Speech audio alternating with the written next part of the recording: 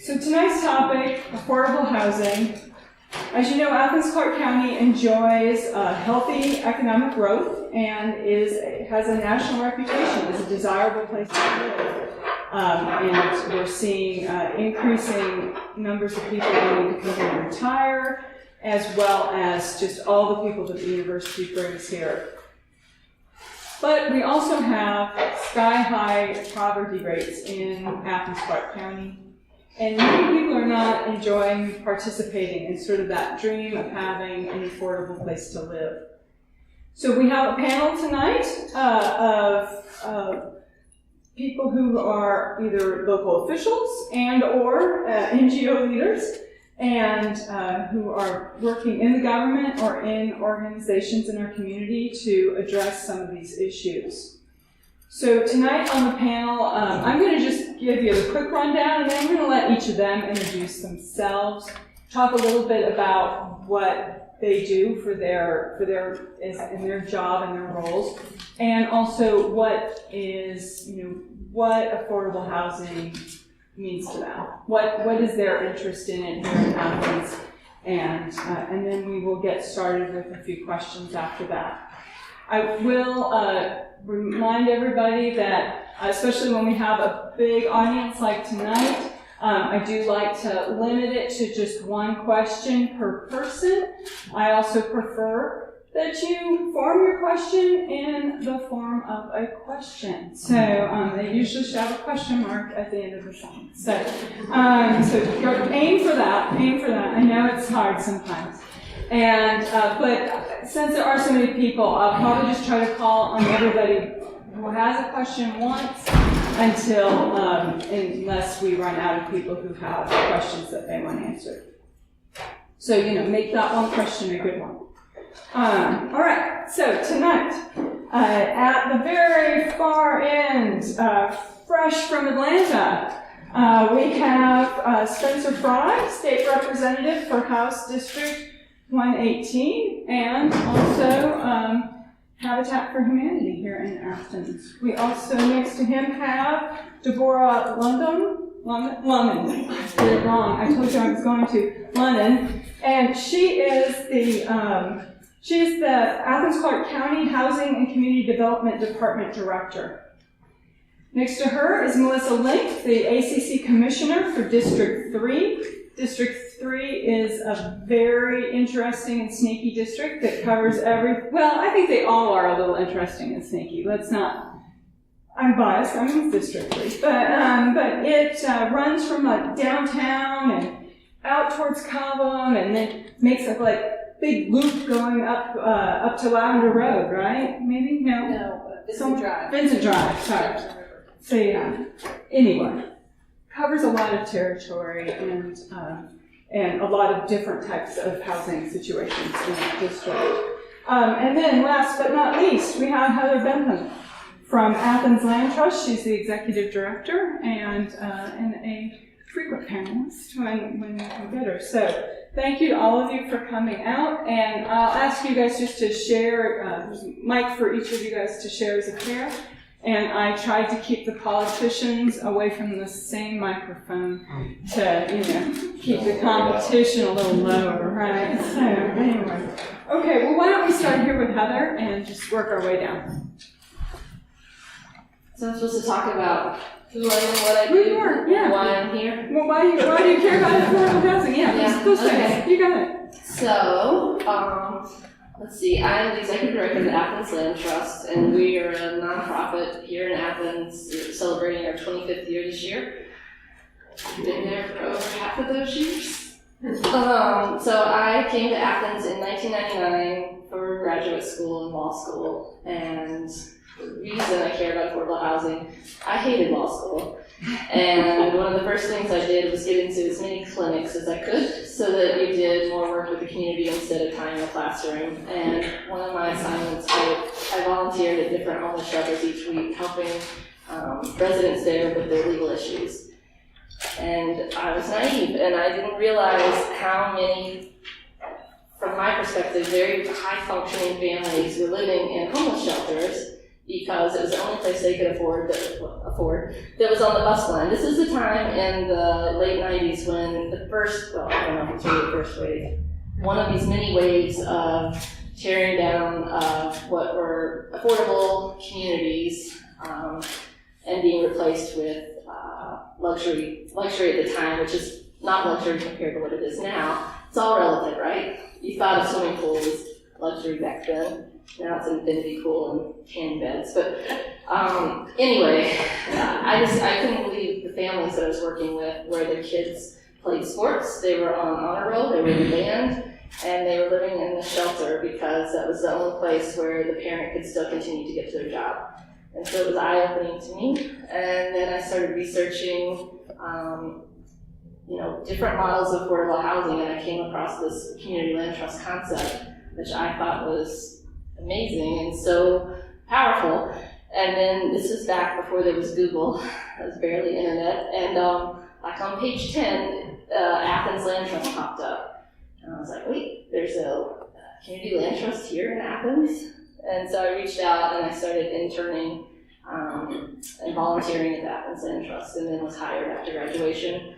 And I started out managing the construction projects there, and then, you realize it's not about just building a unit, it's about making that unit accessible to the people that have needs. And so that's a whole other thing, which requires credit counseling and working with banks to make sure that there's loans that are predatory that remain affordable for families. This was back when it was all the interest-only stuff was happening. So anyway, so then I became the housing director, and then over time, now I'm executive director. And what I do is all kinds of things, but mostly try to raise money for this organization that does many different facets, but I'm very interested in the affordable housing piece. Does that answer stuff? I'm Alyssa Link, and my district is District 3, which is downtown, Boulevard, Cobham, Hancock corridor. Includes 3 public housing communities, 5 historic districts, and stretches out to the edge of town in the Whitehead Road, or the Vincent Drive, Jefferson Road area. My interest in affordable housing came from personal experience, my own personal struggles trying to find affordable housing. And I also spent time as the real estate tabloid editor at the Benham Herald when the whole housing boom was really kind of taking shape right around 1999, 2000, 2001. And I saw that boom happen, and I saw the accessibility of housing in Athens becoming more and more out of reach, and realizing that it was going to be more and more out of reach for myself, and that's why I jumped as soon as I could on buying a house. I think I got the last $120,000 house in Boulevard, and yeah, it's pretty dilapidated then, and it still needs a lot of work, but I've seen the neighborhood change. I've seen all of the neighborhoods in Athens change, and I've seen many of my friends from the arts and music community, the community that pretty much put this town on the map. A lot of these folks were able to do their art and do their music because they could live cheaply and work a part-time, low-wage job and take off for 6 weeks and tour or whatever. And those folks are fewer and farther between, and I think that the challenges that Athens faces with affordable housing really have an impact on our identity. They really threaten that goose that laid the golden egg. And then there's, the struggles of your traditional generational poverty folks who are in dire straits these days. Our wages are not going up in Athens. The median household income in this community is $33,000 a year, and the median cost of a home is about doubled in the past 20 years. I don't even know what it is now. I think it's about 200. I mean, I remember about 5 years ago it was about 140. So and you can't talk about affordable housing without addressing the woolly mammoth in the room, which is the University of Georgia and the demographics of the student body. And there's a whole, bevy of issues that we can bring up there, wages as well. The conversation is extremely complicated. I don't think we're gonna even take a bite out of the apple tonight, but hopefully we can get there.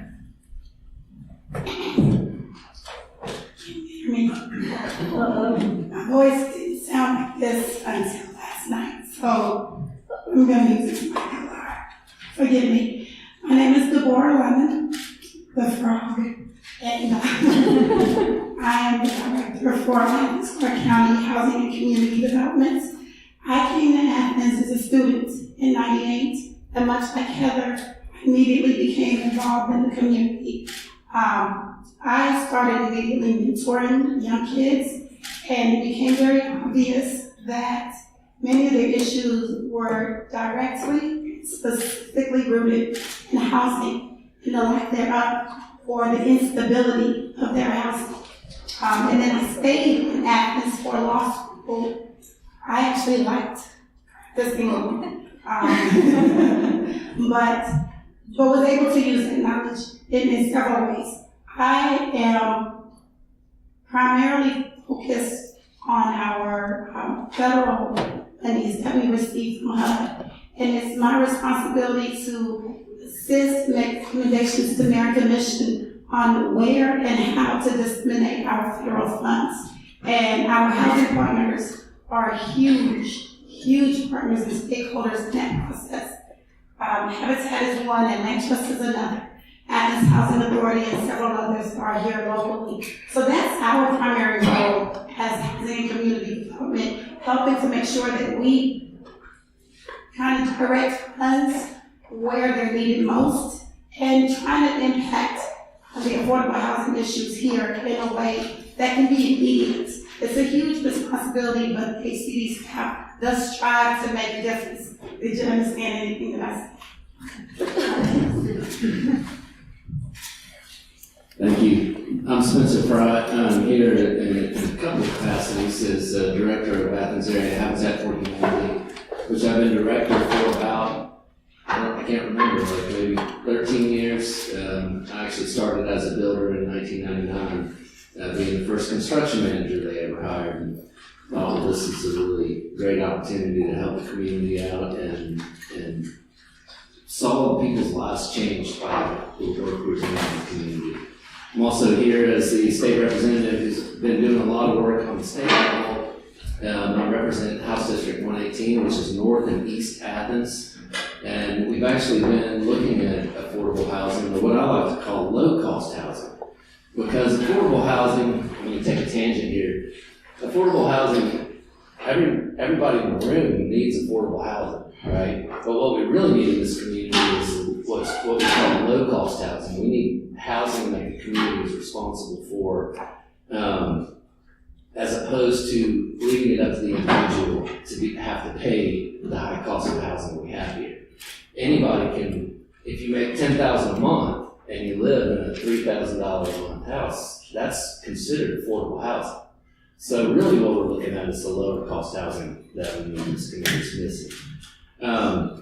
In the legislature, I testified in front of a committee last fall regarding low-cost housing around the state in our rural communities. It's a real big issue. So Athens isn't the only one experiencing the problems that we're facing. The state is, and so is the nation. And you can see all across the board, everyone's talking about the housing issues that we're having. So our costs are increasing, and our wages are not increasing whatsoever. And that's a major, major issue. You look, I think the first house my parents bought was like, what, $26,000? I mean, that's less than a down payment of our median house price in Athens-Clarke County. And we live in a nice 3-bedroom, 1-bathroom.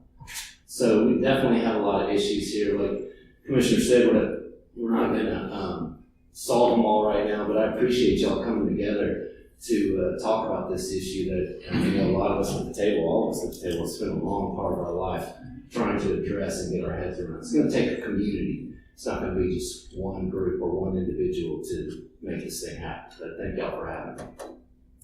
Thanks. Well, I think that one of the first questions I was actually going to ask, I think you just kind of touched on it, and maybe I'll see if anyone else wants to add to that, which is sort of just for the groundwork tonight, like what is and is not affordable housing, right? I mean, I think, you know, if you look at it just strictly from the point of view of paying a certain percentage of your total monthly income towards housing, and once it goes above that threshold, it sort of starts to become unaffordable, right? And so, but what here in Athens are you what are you talking about when you say that? Okay, so what I'm talking about, what I think most of us are talking about, so like you said, a third of your income, of your gross income, no more than a third of your gross monthly income should be spent on housing costs, so that includes your utilities. But for us, I think generally what we're speaking about, because federal funds are targeted to certain median incomes, right? So 80% or below of area median income is what the federal funds are targeted toward for affordable housing. And so that is, I think that's what most of us are talking about, right? And then if the housing authority were here, they would talk about probably different, because they serve, generally speaking, 30% or below of area median income. So it depends on what federal funds pot you use, which that's where most of the subsidy dollars come from, because like Spencer said, you know, there's no magic way to make housing cost a lot less. It requires subsidy dollars, and that's what it takes to make this stuff affordable. I just want to add that there's a difference between workforce housing and affordable housing. Because shortly before we began, there was a little bit of a conversation about workforce housing. And so what Heather just mentioned and what Spencer said earlier, I would say the HCD's focus is not workforce housing.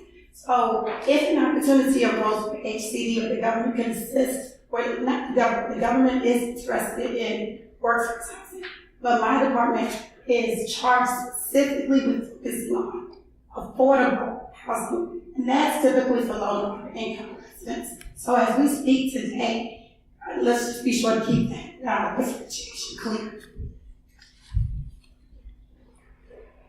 Thanks. What are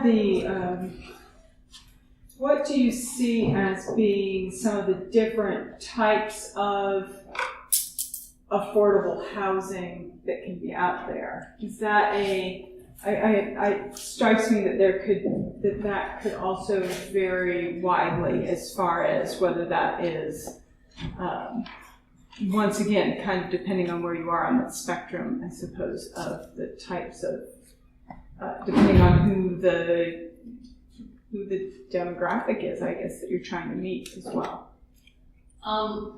So about 3 or 4 years ago, Athens-Clarke County had a study on workforce housing, and came to the conclusion that, yeah, we have a dearth of workforce housing, and that's kind of aimed at more of the middle income.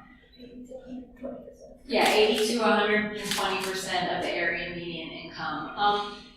And when you have a dearth of that kind of housing, you have those folks seeking out lower income housing, and then the lower income folks get pushed out, you know, and the values of that lower income. I mean, and I see it personally amongst, you know, friends of mine who are professors who are making well above the median income, who can't find a home that they can afford in an area that they want to live in, and so they end up, you know, buying a $150,000 house and turning it into a or most often the investors get to it first, the flippers get to it first, and what could be an affordable house for a lower income family, you know, fancying it up quite a bit and turning it into median income housing or above median income housing. So, you know, not just talking about housing for low income families, but also for kind of the folks in the middle to address that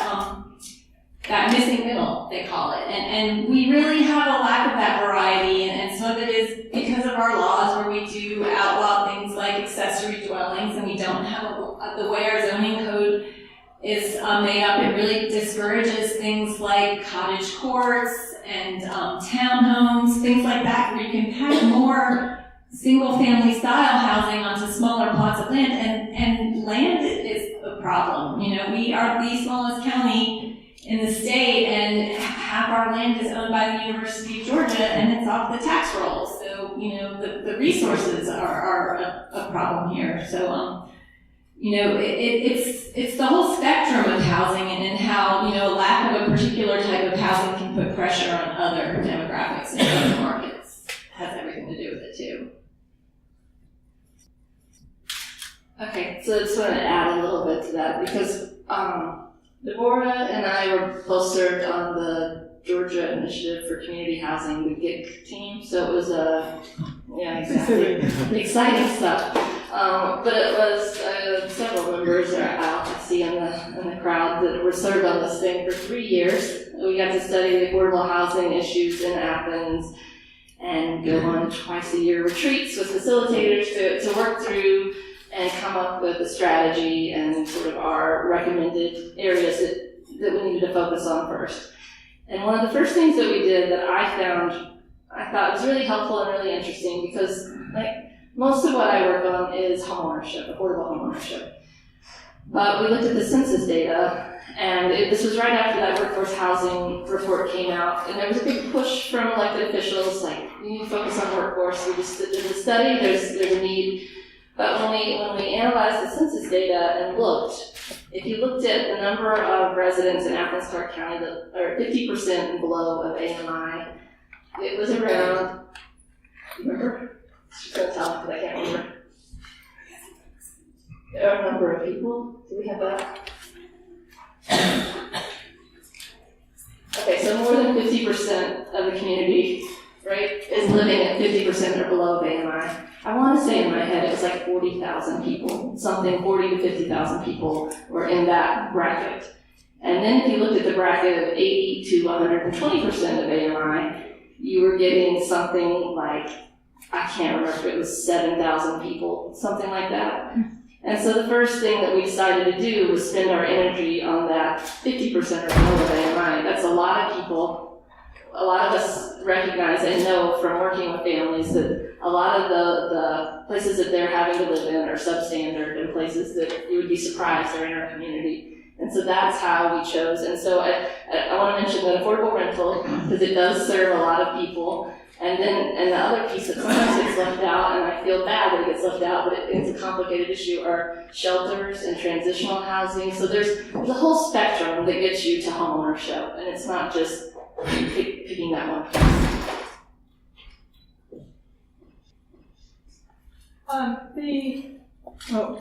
We're getting a water refill here. Excellent, thank you. I was going to get her a whiskey. I thought that was if you want to knock it out. all right. Refocus. Sorry, water distracted me. I think the one other thing that is about, so it's great to talk about affordable housing, but how does that magically happen, right? Like where does the funding come from that? Where could it potentially come from? That maybe it's not. I mean, clearly, I think everyone probably in the room, at least, has heard of HUD and maybe has an idea in their head what that means, but that actually might be a little more complicated story than one might think at first glance. I think you think about Section 8 housing, or that's like what I grew up thinking about, but I don't know. Okay, jump in, have a drink of water, and we should be good to go. We receive allocations, and we being the Athens-Clarke County government, and Housing and Community Development Department gets that allocation. The state gets its own allocations from HUD. Athens-Clarke County is what's known as the entitlement community. So we get our separate allocation. The state of Georgia gets its allocation from HUD. And Athens-Clarke County, because of its dire need, gets its own allocation. We get what's known as Community Development Block Grants, CDBG. And then we also get the home program. We get home investment funds. Home funds are used for rehab building. CDBG funds, which you may be more familiar with. We also use affordable housing, but also public service, we can use for facilities, public facilities, other needs. So for CDBG last year, we got $1.2 million. I hope that doesn't sound like a lot because it's not. Our needs far exceed $1.2 million a year. For home grants, we got about $400,000. And those go very, very quickly. $400,000 will not build a homes in Athens-Clarke County. And I know that both Spencer and Heather can attest to that. Those are two forms of funding for housing. They are very small funding. And because we are an entitlement community, we don't get access to the state funding. The rest of the states that's not entitlement communities have access to those funds. And then we have a process in place whereby our stakeholders and agencies apply for that funding and they stretch it out as far as they can. They leverage it with additional funds. When Heather mentioned earlier about fundraising, she does her leverage, she fundraises really well and is able to leverage as does Spencer. But that's just one means of getting funding here. And another would be our general fund. I'll let the commissioner speak to that. But ACD is just primarily in charge of federal funding. Okay. And just to give some context to the federal funds. You said one of the grants was a community development block grant. What was the other one? Home partnership funds. Okay. And so, just as a kind of an aside, but today I got an email from one of the trade groups, saying what the president's budget recommendation was for HUD. And it was to zero out both CDBG, the community development block grants, and the home funds. And yeah, right. He proposed the same thing last year, and that didn't happen. So, knock on wood, it won't happen. But the reality is, this is the way it's been going for years, is, the move is, even if the funds stay at around the same percent, everything's moving more and more to privatization. That's just the way all this stuff is working. So, like Section 8 funds, right? So he also proposed reducing the amount of Section 8 funding, except for project-based Section 8, which, what those are kind of subsidies for landlords, right? So instead of making a permanent investment in some capital that a community holds and controls for affordable housing for the long term, you're continually subsidizing private landowners or landlords. Anyway, it's kind of depressing. I guess that's what I'm just trying to let you guys know. $400,000 to develop affordable housing in a community like Athens. What do you do with that? You can't do a lot. We're trying, right? Yeah. I'll speak to the general fund. There hasn't been any general fund money going to housing as long as I've been on the commission. I don't know ever.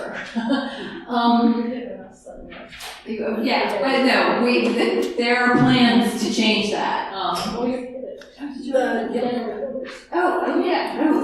through the Young Urban Builders program, it's more of a rehab program. That does help. But as far as like large chunks towards building new projects, that has not been coming from the local government. But I think that's changing. But we have limited resources because unless we want to start jacking up people's property taxes, and that only exacerbates the problem for plenty of people. Because we do have a limited property tax base, so it's hard. One other thing that did go it wasn't from general fund, but the last round of SPLOST, there was a small portion of it, I think it was around $500,000, that the Housing Authority and Habitat and the Land Trust wrote an application for and received funding for infrastructure to help help bring down the cost of some affordable housing. The money wound up going into Columbia Residential, the Housing Authority's project where Paul Doe was, for those of you know, and I think probably some people may ask questions a little bit about the upcoming SPLOST package, and it looks hopeful that there'll be some funds in that package that you all will be voting on for affordable housing. Just to explain a little bit, because I see conversations happening on Facebook about this affordable housing money and why aren't we using it for this and why is it being used for this and not this. Just generally speaking, SPLOST funds have to be used for capital expenditures for government or for government-owned or quasi-government-owned properties. So I know there's a lot of conversation around why isn't this being used for homeownership? I looked into it. I tried to figure out a way that we could access those funds for homeownership. I didn't see where it made a lot of sense. It does make sense, I think, and maybe some of you agree, for organizations like the Athens Housing Authority, which is quasi-government, to access funds to do innovative projects that could help create better quality affordable housing for a lot of our residents. So we'll see. I mean, they may not be the only ones that access, but I can imagine they might be in a good position. Yeah, so Heather, what you're talking about, we have a constitutional issue at the state level, or it's not an issue, it's just there in the Constitution. It's called the Gratuities Clause, which says it was originally designed that the legislature wasn't able to give public money to a private benefit. And it's been since regulated in the courts to extend to the municipalities and the state itself. So once we figure out that hurdle, without having to change the Constitution, then we can try to look for more partnership between municipalities and their local NGOs as far as getting things towards the direction of homeownership. And just to clarify, where we work at Habitat, sometimes we'll work up to 80%, but we're selling homes to people at 45 to 60% of the area median income. So we actually get this little group of folks that they're working hard, they're making good decisions, they have decent credit, they literally just don't make enough money to afford the house or the homes in Athens-Clarke County. And so when we focus on that area, that's where most of our customer base comes from. But the biggest issue with this stuff is you change lives and families can change their financial and socioeconomic trajectory through the ownership of the land.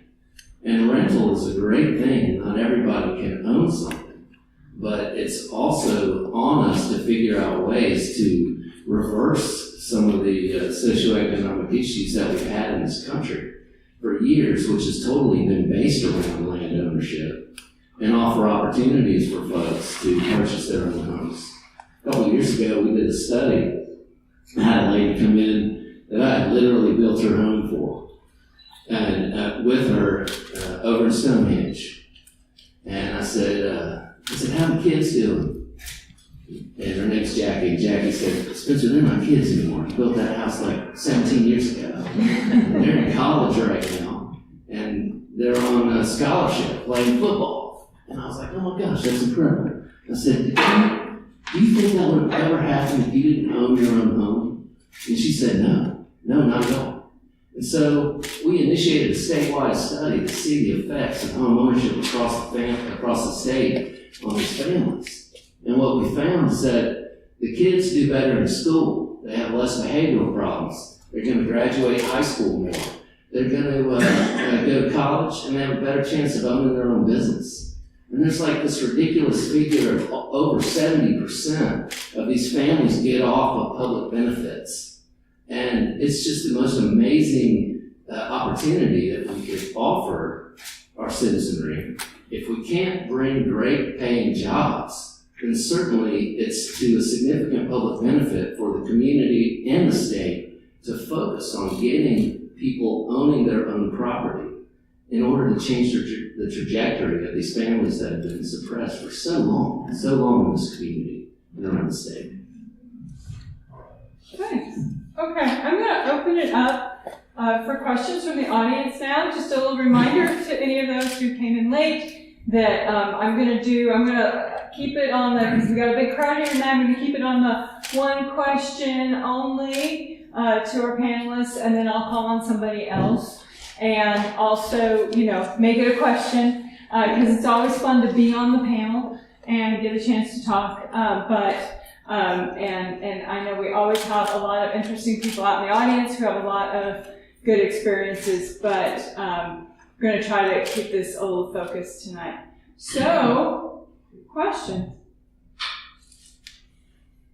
All right. It's a little far afield, but are there any Scandinavian or European models that might actually be useful for us to consider?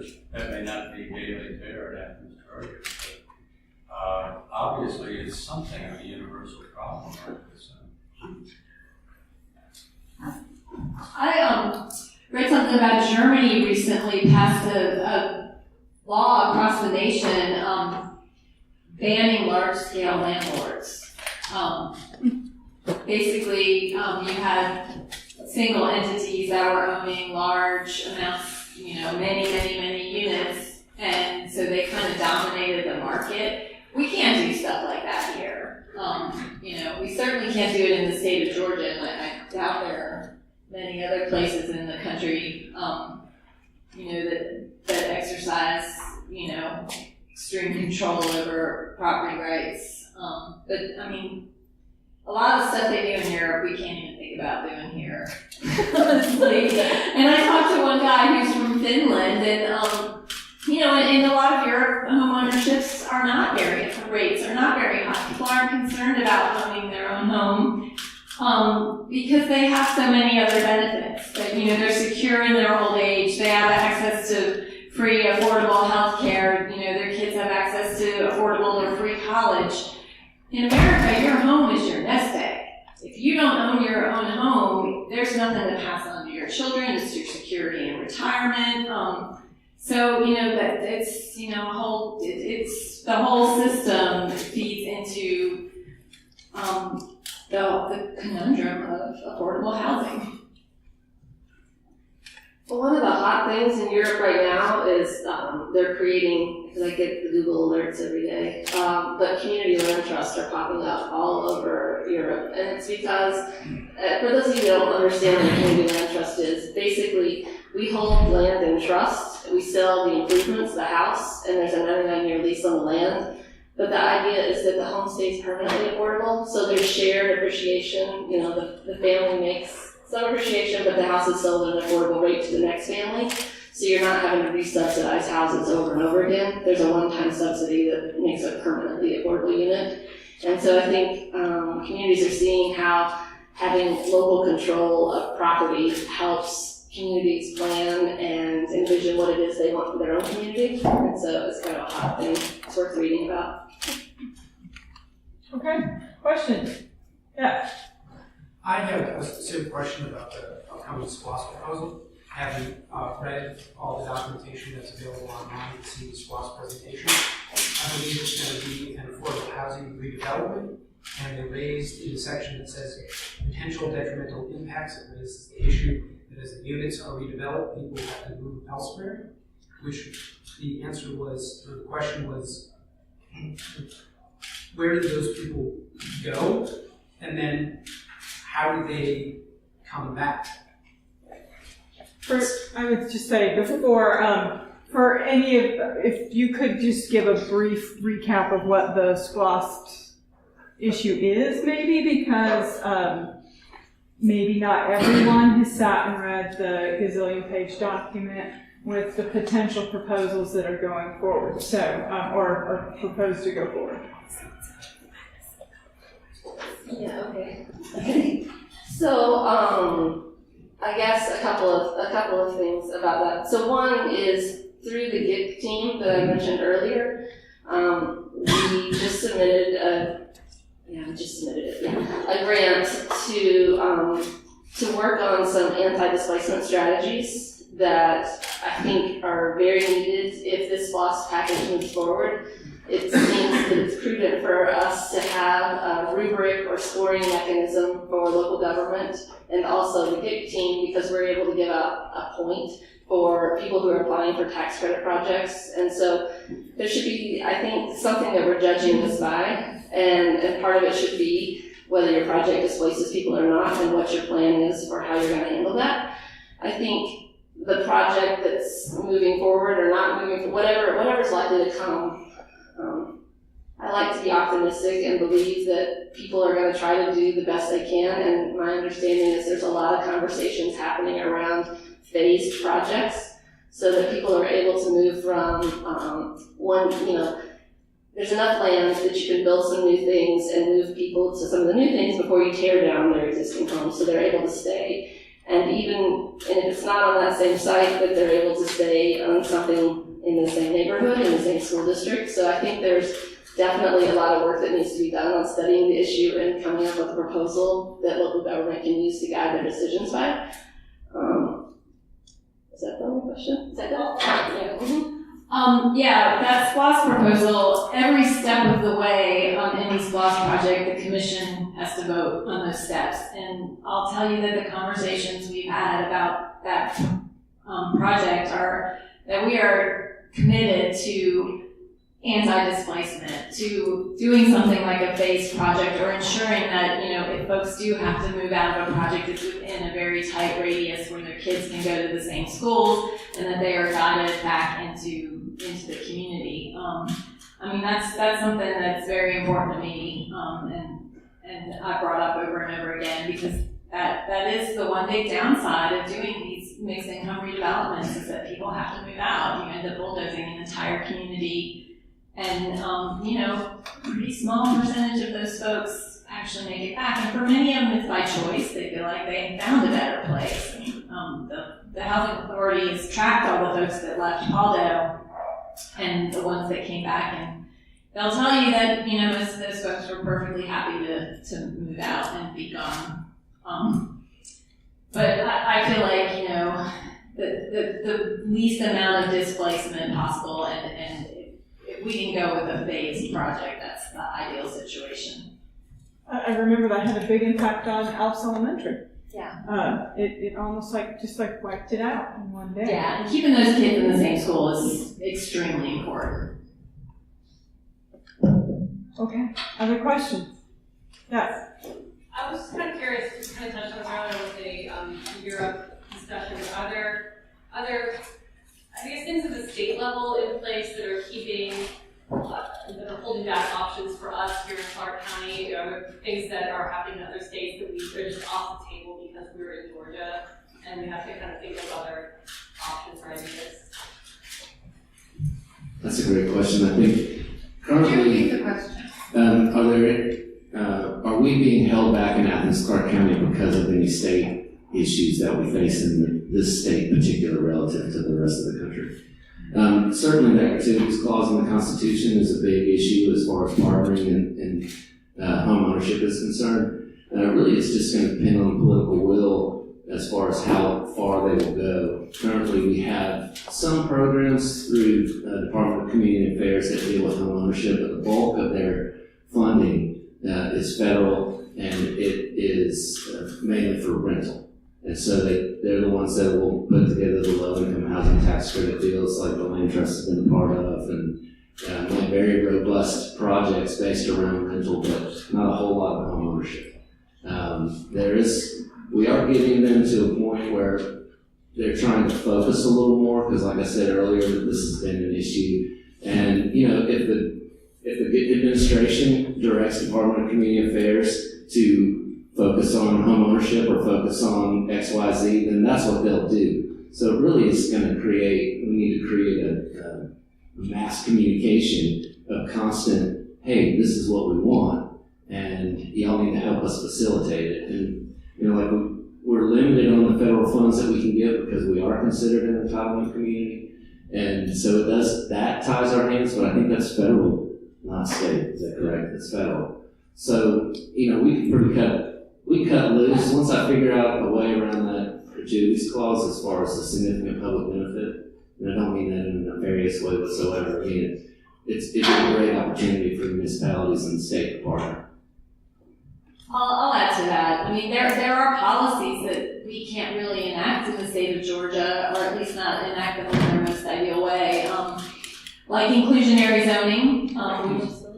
What? Housing trust funds? Yeah, housing trust funds. Inclusionary zoning is when new projects come forward. You mandate that a certain percentage of those be affordable units, whatever the formula might be. We can't do that. We can't force that. What we can do voluntary, which is what we're starting to work with now, where you have a project coming up and you can offer them something like a density bonus or infrastructure assistance or something like that, and in exchange they build those handful of affordable units into the project. Impact fees, we're really limited on what we can charge impact fees for.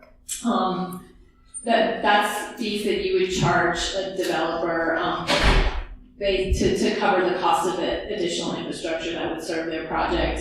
In some states, that's a pretty widely interpreted thing, so you can get impact fees that will help service infrastructure for affordable housing or transportation needs or whatever. You can't do that in Georgia. What else was it? There's the housing trust fund. There's property taxes too. We can't do progressive property taxes. We can't do real estate transfer fees. Theoretically, in a community like Athens, where there is a lot of transients and where there are a lot of properties changing hands back and forth, some communities are able to raise housing funds by charging a fee on each of those real estate transfers, and that fee can go back into affordable housing. But we can't do that in Georgia. So unless Spencer knows it. No, that actually is a pretty good list of things that. I've been studying this stuff. And I'm thinking. You've heard it from me before. No, those are very specific things. You're exactly right. And we have been working on those piece by piece. Real estate transfer fees are something that have been on the table. And the inclusionary zoning, we've got some workarounds with that I'm going to bring to y'all here shortly. So there's stuff in the works for sure. Just a quick follow-up to that. Are there things that are going on in Georgia, in maybe other municipalities that we're not doing here that maybe we could be doing? Anything interesting happening? I mean, Atlanta, I'm not even sure how Atlanta's inclusionary zoning thing, it's not working. You might know more about it. Well, and they're able to do that off of that's city land. So when they say, hey, we're going to force you to do inclusionary zoning, that's because they have an authority that's given the land. So we will be able to participate in some of that. We'll have to say thank you, Deborah. A pretty innovative thing that's going on here in Athens is our kind of tiny home project. If y'all have heard about that, raise your hand if you heard of that. Okay. So that Heather and I have been working on this stuff for I feel like 2 decades together. Really, we've been around at the same time in the housing industry, and so a lot of these policies we've been talking about. I think we talked about 5 years ago, 10 years ago, 15 years ago, maybe when we first met. And one of those is the restriction on house sizes in Athens-Clarke County. You have a lot of things locally that go against the concept of, hey, we want to create more low-cost housing for our citizens. House size is a huge one. House sizes were put in place in the 70s to try to preclude certain income individuals from moving into neighborhoods by raising the price of the house by making it larger. Athens-Clarke County, you can only build 1,000 square foot home unless you're on a multifamily lot, which usually you use those for multifamily purposes. Habitat had a couple of lots left over for a project we did several years ago. And so we decided to build not a tiny home because that's like 250 or 300 square feet, but we're building a kind of tiny home, which fits above the minimum for a multifamily lot, which is 600 feet. So we got a couple of 700 square foot homes that we got designed with a statewide competition. Really awesome. It's going to be the first commercially available LEED homes in Athens-Clarke County. So we're really excited about that project. That's a local initiative. If it works out great, hopefully we'll see a bunch of these things pop up. Hopefully, I know Commissioner Holt's here, commissioners in the audience. We can just get rid of the house size. thing. And people can live in the size homes that they want to live in. I think that's one of those things that we could do locally that can make a pretty good, significant difference. Yes. So what we have. So Deborah. So basically, what she says, how do we stay affordable? One of the things that we do believe in is offering opportunities for families to build wealth through homeownership, and that is very key to the nature of the business that we're specifically in. And again, it's not the magic bullet, it's not the panacea, it's just what our organization focuses on. What we do is we have a buyback provision in our 25-year mortgage. Just in general, just to give you an idea, we'll sell a home for $80,000 right now. We amortize it for 25 years. It comes out to a payment of $267 a month, plus taxes and insurance. So you're looking at really around $400 a month for a brand new 3-bedroom, 1-bath home. And any time during that 25-year period, if you would like to sell, we have the right of first refusal. Now, where our homeowners mostly, we pre-select in such a vigorous way that our homeowners, they're going to be carried out of those houses in a hearse, okay? But every once in a while, somebody's life will improve and they'll want to sell the home and move off to a different spot, get a better job. We had a couple who got married, and the guy worked at the Navy school, so he got transferred. So we bought their home back, and we'll recycle them. I'm actually, on this specific home, this is the 3rd time we're recycling. And so eventually somebody's going to live out the mortgage, and it will be their home for them to pass on. They will get that entire benefit and that value if they pay off the mortgage. We think that's important because, like I said before, there's a lot of socioeconomic inequalities that have been going on in this country for years based around property ownership. We're going to do whatever we can to change that, move the needle a little bit. Athens-Clarke County, through HCD, gave us a grant of $120,000 to facilitate the construction of the first 2 kind of tiny homes. We're going to groundbreak here in the next couple of weeks, and as soon as I get my plans, anybody from the city here? No? Okay, just going to plug in for my plans getting approved. So be on the lookout on Facebook to see the designs and the groundbreaking, and then hopefully you can say a couple words by then at the groundbreaking. It'll be good. I'll put a plug in for the kind of tiny homes because they're nothing new. Kind of tiny homes are all over this community in our older neighborhoods. I live around the corner from 4 or 5 of them, little shotgun shacks on Lenore Avenue off Boulevard, and there's a family of 3 with a couple dogs, a cat, and some chickens. Actually, I don't think they have chickens anymore.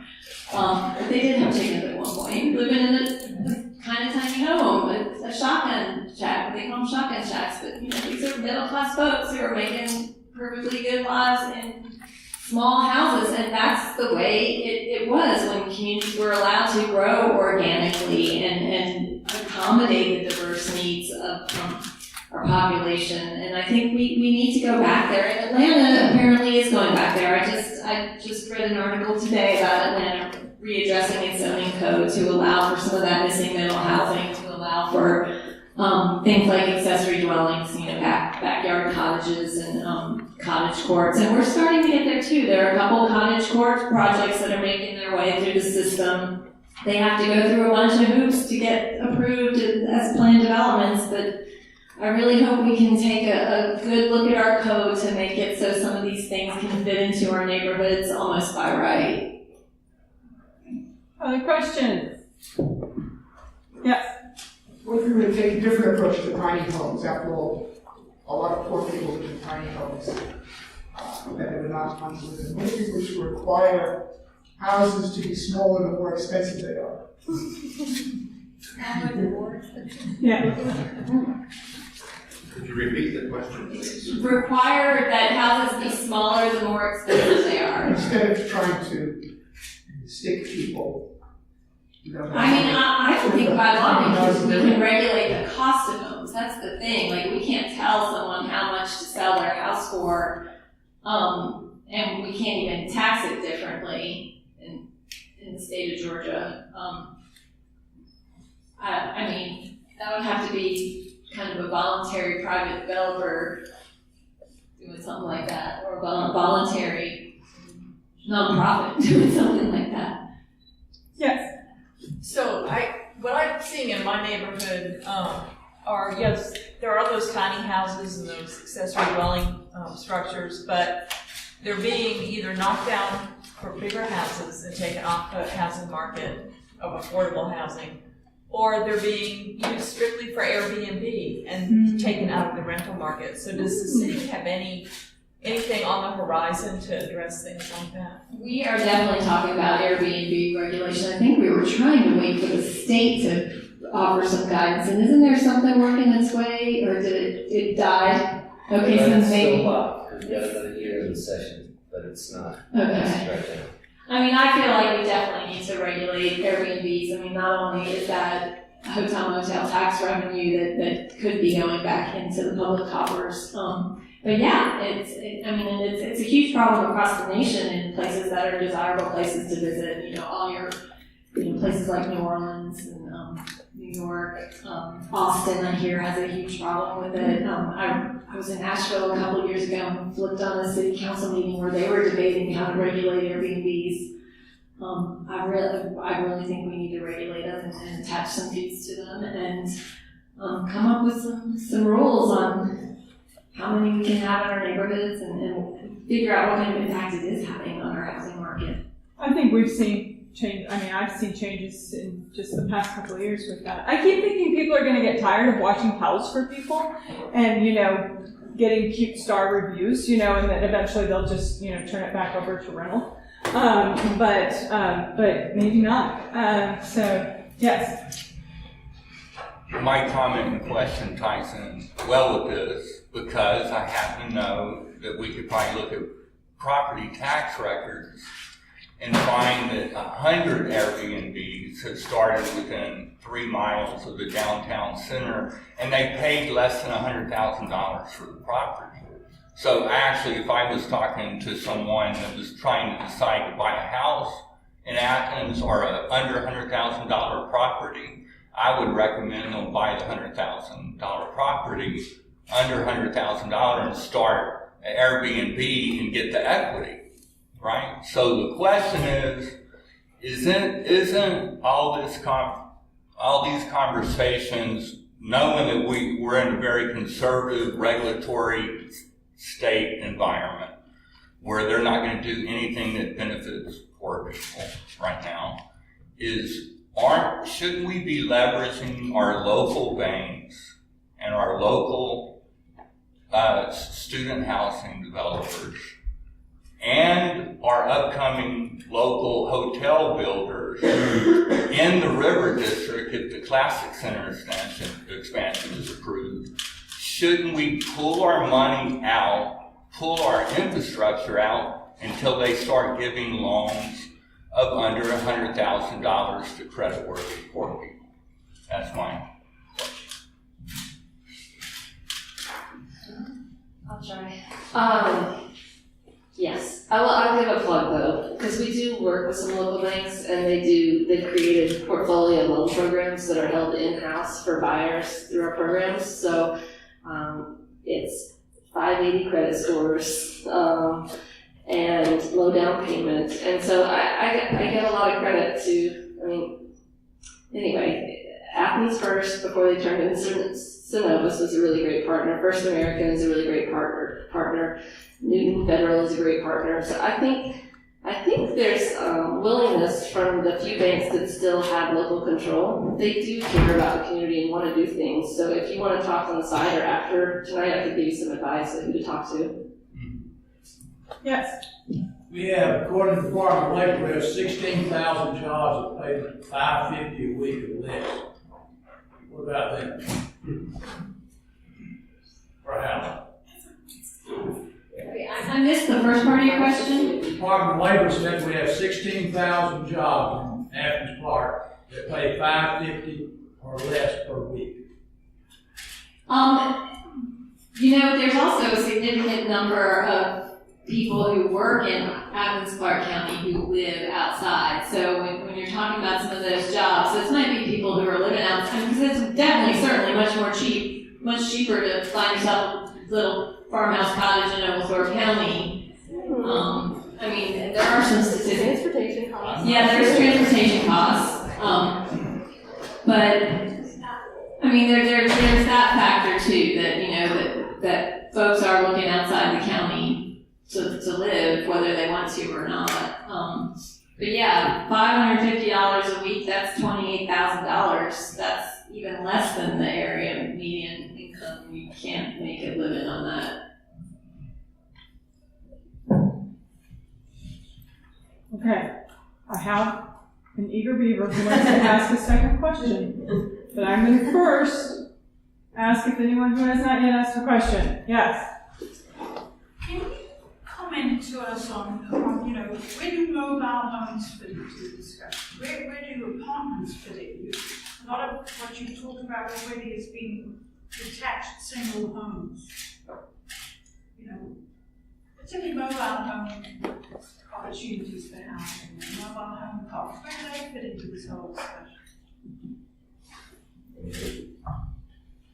Thank you for that question. That's good.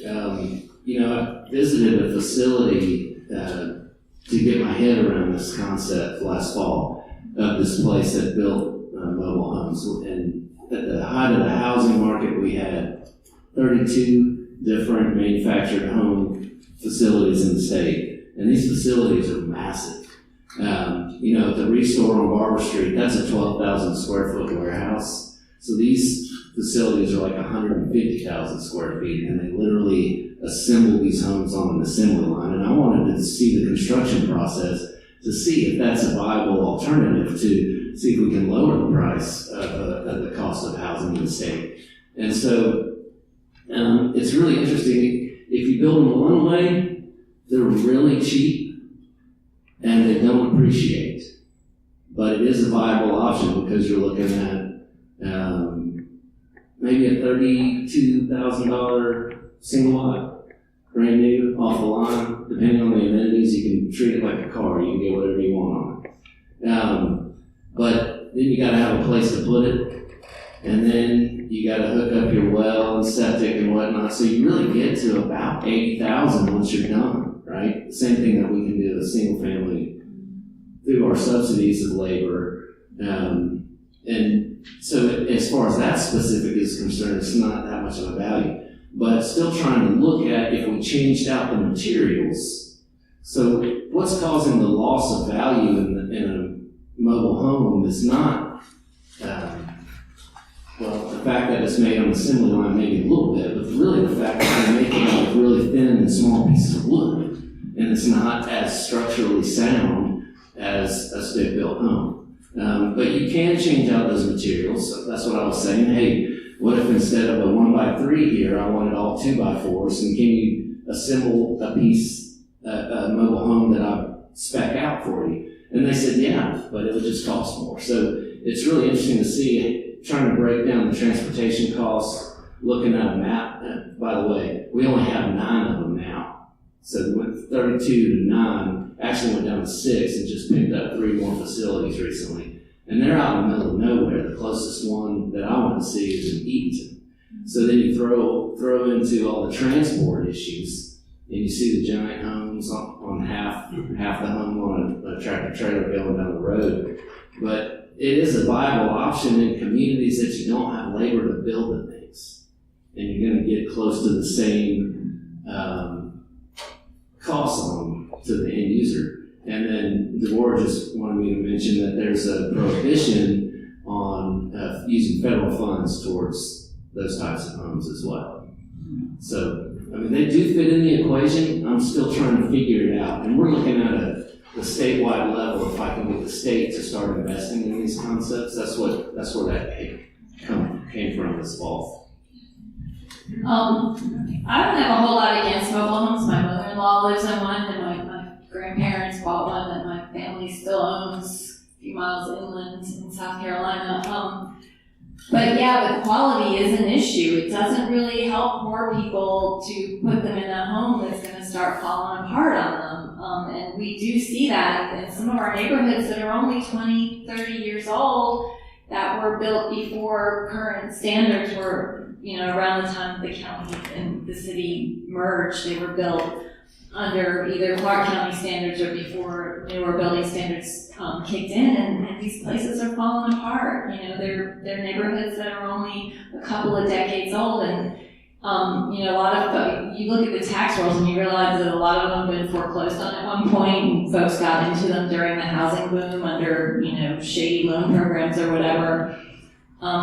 And they have limited income, and they can't afford to fix them when things start falling apart. So we've got to be really careful about building quality affordable housing or having those programs in place where folks can get their homes fixed, because chances are their incomes aren't going to go up. I mean, I know as a homeowner myself, it's hard to keep your house up. I mean, God knows I need a paint job, and I don't know when we're ever going to be able to afford it. So yeah, that's an issue too, just ensuring that there's quality. Okay. Go for it. Yeah. Well, I just wanted to maybe ask a question that makes the implicit explicit. So when we talk about the legacy of redlining, when we talk about income inequality, these are racialized problems. Athens there's a huge income inequality. It's racially based, and redlining is specifically done to exclude African Americans from home ownership. And I know that nationally there's a discussion, there's Lonon talked about it, about race-neutral options, which would prevent white students, for example, moving into a formerly redlining neighborhood and taking advantage of the program to buy low and get subsidized housing. So is there anything we can do to make sure that people who benefit are the ones that need benefit, i.e. historically African American neighborhoods that have been excluded from home ownership? Yeah, I think so. So I will say that 80% of our homeowners, which I think we're up to 49 now with today, are African American and are from families who have not owned property before. So first time homeowners.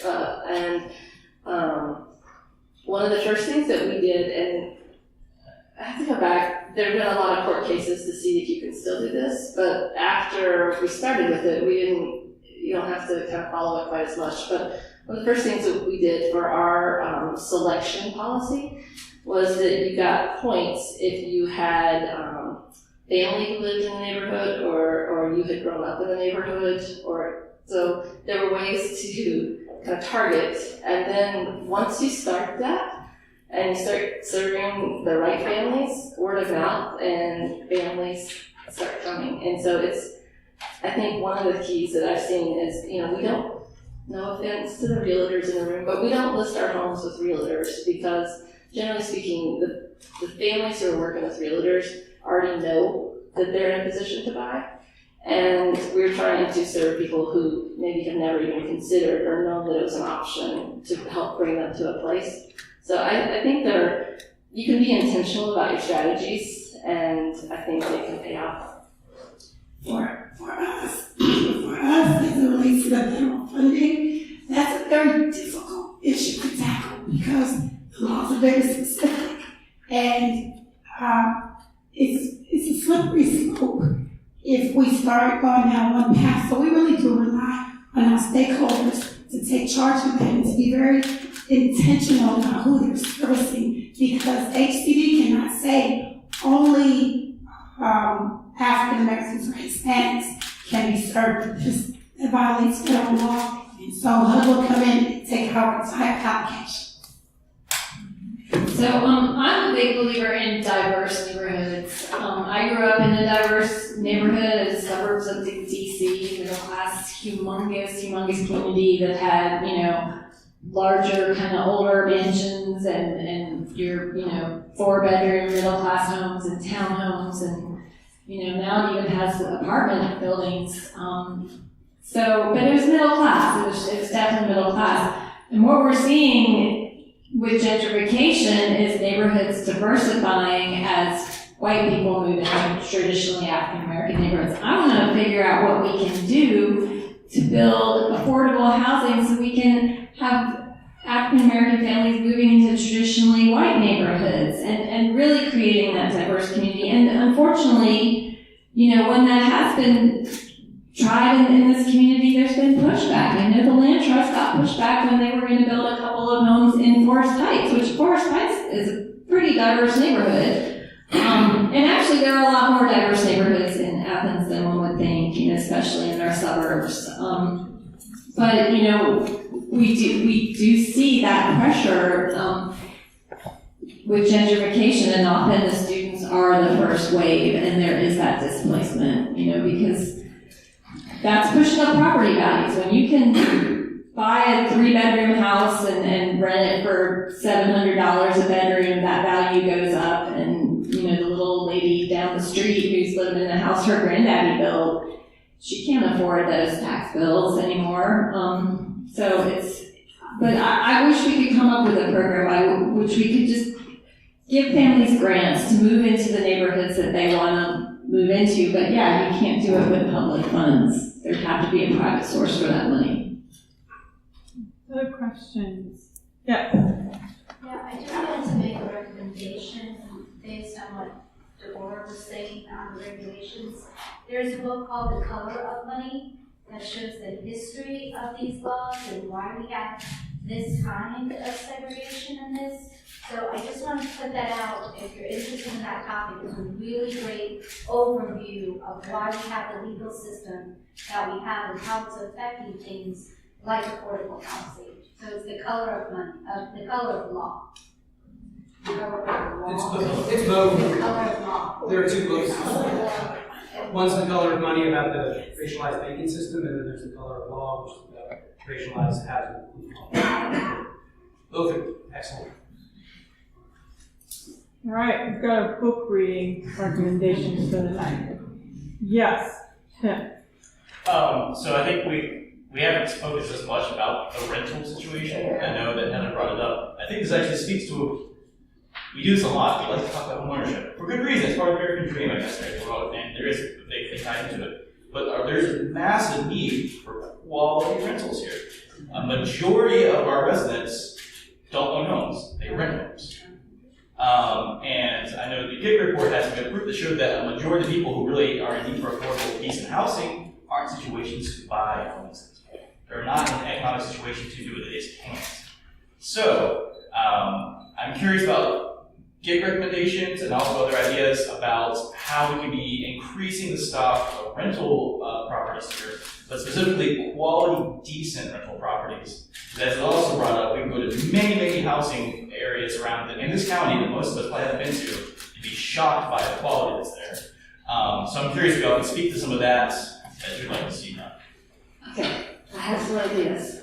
One is I do want to advocate that we support this affordable housing SPLOST package if it's in front of us to vote on, because I think having a large sum of money that can be used to leverage other funds, that's how we're going to do massive redevelopments of, and I say massive, but even small scale of multifamily, because the condition, it really is terrible. And one of the things, I serve on the ALPS local school governance team, and one of the major issues that we face at ALPS is the transient rate of the students. And it's because they're living in substandard multifamily places that are not well managed, and so it has this ripple impact on the quality of kids' education. I mean, that's one of the biggest indicators of success in school is the stability, right? So transience is not a good thing, and we've got to create housing situations where families can, even if it's rental, and there's nothing wrong with rental. I mean, that works for, it's just the reality, right? There's a scale, and homeownership isn't what everyone's dream, and so I don't think we should be thinking about it like that. I think quality rental where everyone has a decent place to live, no matter what type of housing they choose. And so anyway, the SPLOST package I think is important. The other piece that I said this to some folks, and I'll say it in front of a larger group, but I think one of the things that we need to be careful with is, we do have, there's Section 8 subsidies that go into certain places. There are other types of subsidies that people are able to use to find housing. And I think we need to be really careful about where people are having to live with those subsidies. Because what I've seen is there are substandard places that we've tried to approach to purchase because they need renovation because, you know, a third of the units are boarded up. We're hearing, we do fair housing and housing counseling, so we get a lot of calls from tenants at certain apartment complexes. And, you know, you start to go in to help people and you see the condition, and it's like, well, someone needs to buy this and fix it up. No one should be living in these conditions. But when you approach the owner of the property and they're receiving subsidized vouchers that are paying them above what really people would want to pay to live in these places, all of a sudden it doesn't make financial sense for them to sell because it's cash flowing in ways that it's just absurd. And so I just think we should be very careful with and strategic with how we're using our dollars to subsidize who and not create situations where we can't go in and renovate things that need to be. Well, yeah, of course, yes, redevelopment. Yes. And so the whisperer over here is saying, Deborah said. Deborah said, we need, you know, one of the other focuses, we need to focus on the redevelopment of some of the existing complexes that are the substandard places that I'm talking about. I think we need to be going after and purchasing them, and that's why it's so important that there's money available locally to do that. Okay, one more question. Oh, sorry.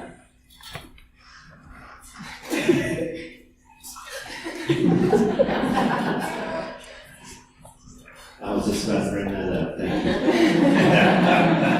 Yeah, no, she said that we're working with code enforcement to start rectifying some of these issues, and that's definitely a major problem, because it's almost a double-edged sword. So in the legislature, we're working on a piece of legislation right now that will give a little bit of relief to renters as far as when they make complaints against substandard conditions in their homes. There's certain conditions in which they're not going to be able to get evicted right away.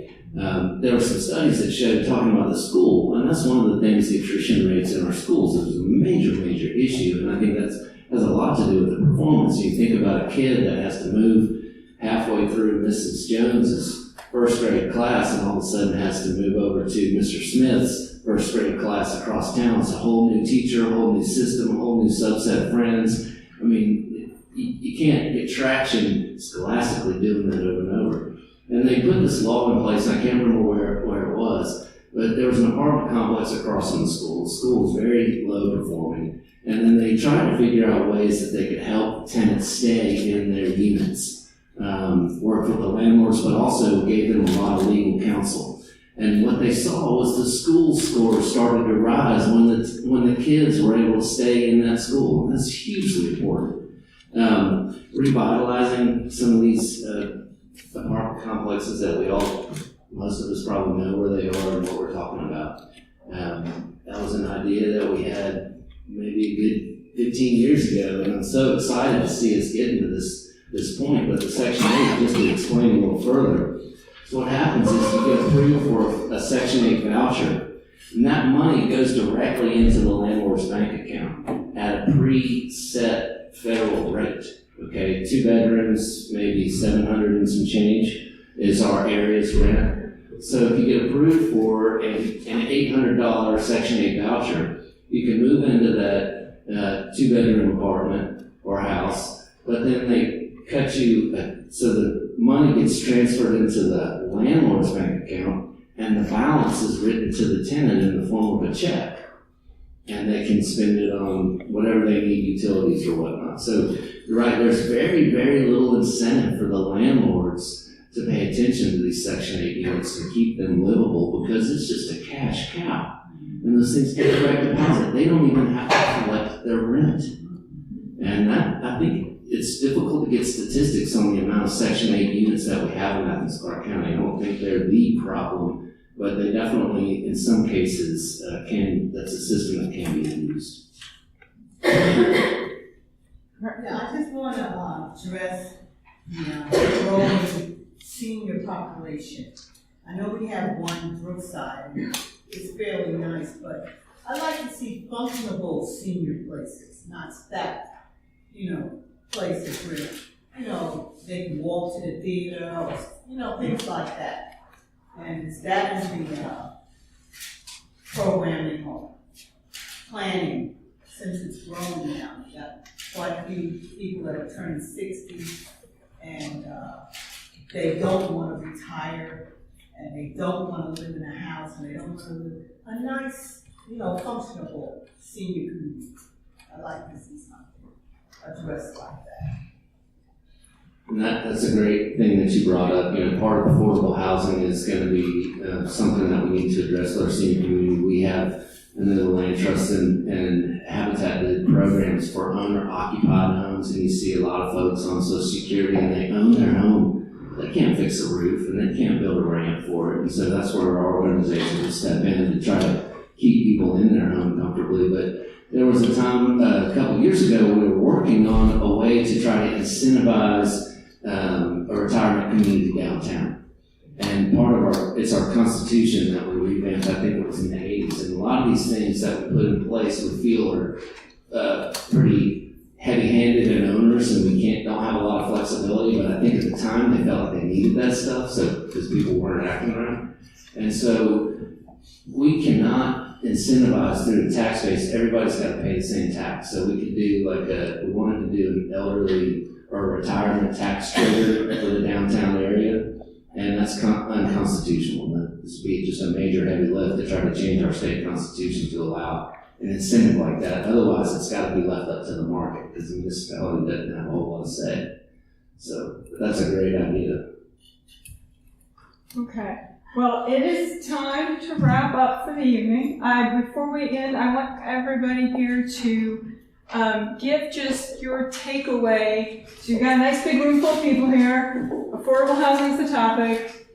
What do you want these people to be able to go out and say tomorrow to people about affordable housing in Athens? Okay, I have something. So if there's a project or an apartment complex or something that's proposed in your neighborhood, please don't come out and fight it. Right?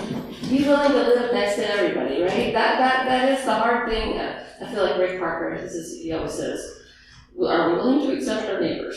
But it's true, and that's what, we shouldn't be afraid. I think it's already all over the place. Hopefully the idea is that it's just going to be better quality, right? I'll second that. And I also hope that, we have a new government, new mayor, lots of new commissioners, and I hope that we're going to take a nice deep dive into our zoning codes and think about creative ways that we can allow for more affordable housing to meet the diversity of the needs in our community. We have challenges because we do have a heavy student population, and the fear has always been if we start relaxing the rules, the students are going to take over the neighborhoods. I think there are ways to work around that, and a lot of those rules were put in place when housing was a lot less expensive, and it was easy for parents to grab a house and list their kid as the owner, and they could get away with all kinds of bad behavior. But then we also have these giant luxury towers for these kids to live in. So I feel like the pressure is off our neighborhoods some. And I just hope that we can get creative and learn from what other communities around the country are doing that are facing some pretty dire housing needs as well.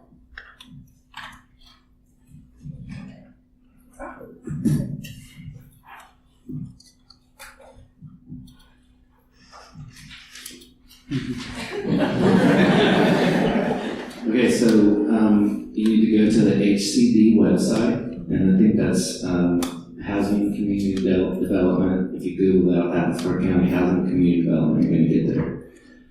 We have a Lunch and Learn series where we're going to talk about just a Lunch and Learn series. We also put out a home report, which is all the funding that's spent in Athens-Clarke County with the federal funds that we receive. We have a revolving loan fund for local small businesses to help their economic growth as well through that same department, HCD. So they're really strong partners with us here in the community, and not a whole lot of people know about them, and they do not get the credit they deserve for working with us. I think Ed and I have worked with them for a couple decades, and they've always been there for us, and it's awesome. So thank you. And that's the Housing and Community Development Department for Athens-Clarke County. So if you just go to the accgov.com website, there's a thing at the top that says departments. You just click on that and they're alphabetical. It's a librarian's dream. And you go under, look for H and you'll find it. So. And then I just want to thank everybody for spending your time and coming out here, and Federation of Neighborhoods especially, for always putting on great programs. The low-cost housing issue in Athens is not going to go away. We have some of the highest wage disparity there is in the state and in the nation. We have an artificially influenced housing market based on the Hope Scholarship. I mean, some of y'all were here when Hope kicked in, and all of a sudden everything got more expensive. And that drives it as well. It's an unintended consequence of our Hope Scholarship system in the state. So these are going to be issues that are going to be with us, but I would just encourage everybody to be imaginative and be patient. We got a great new group of commissioners here that seem very motivated to tackle these issues. But low-cost housing, listen, low-cost housing is not the magic bullet. The magic bullet is going to be jobs, healthcare, and housing, and education. That's 4 shots right there, okay? And that's what we need to look at, a real holistic view of this entire issue. Doing an issue-based focus is good, but not when you're losing sight of everything else. So I know we saw the chamber president here. He's gone. He's gone. Okay, I'll tell him personally. So I mean, this is a big issue. If you pay people more money, then they have less issue with their housing costs. So thank y'all for being here tonight. Thank you, everyone. Thank you.